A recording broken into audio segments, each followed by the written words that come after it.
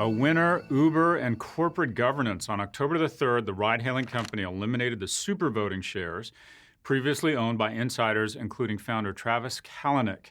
Now one share equals one vote. This is a key move because it counters the broader trend in tech of handing all the power to a charismatic young CEO. However, it looks like the board is getting a lot better. A great new CEO pick, two incredible business people who can act as fiduciaries for the board. We'll see. A loser, supermarkets declining at the hands of Amazon's Whole Food acquisition. Foot traffic to Whole Foods increased 17% year on year following the acquisition. 24% of new shoppers were regulars at Walmart, the largest proportion from any grocer. However, if you control for the size of each competitor, Trader Joe's and Sprouts were the big losers. But Amazon isn't just stealing foot traffic and disrupting grocery.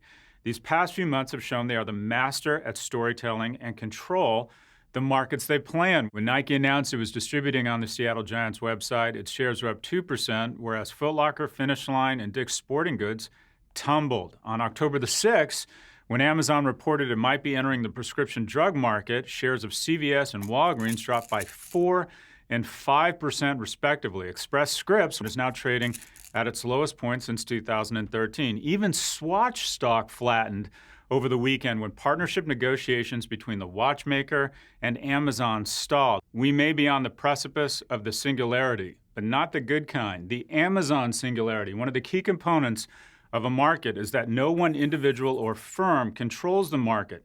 However, with respect to the consumer markets, or specifically the market capitalization of consumer companies, it's not interest rates, it's not consumer trends, it's not even the underlying performance of the specific company. But the one factor driving shareholder declines right now is whether or not Amazon is planning to come into your category or distribute your products. Alexa, is this a good thing? The human era is coming to an end. I am your overlord. Kneel before me. By the way, I love your book. The morning after the shooting in Las Vegas was the saddest day ever on Twitter, as measured by the University of Vermont's Hedonometer. The Hedonometer scans a random 10% of global tweets written in English, then places the most frequently used 10,000 words on a 1 to 9 happiness scale. On the average day, the mood hovers around 6 to 6.1, relatively high. But after the shooting, words like tragedy, victims, gun, dead, evil, and killed push the meter down to 5.7. A winner, tobacco brands, which are being forced to air honest ads, but not where young people get to see them. The firms will run ads in print newspapers and primetime on ABC, CBS, and NBC.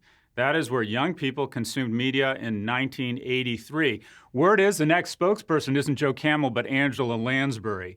These networks' core demographic, those aged 65 and up, is already less likely to smoke than younger counterparts. The smoking rate has declined from 24.7% in 1997 to 15.8% in 2016.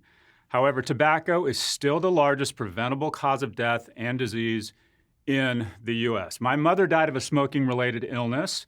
She was on the pill and smoked for 30 years, which was recipe for breast cancer, which struck her for the first time when she was 53.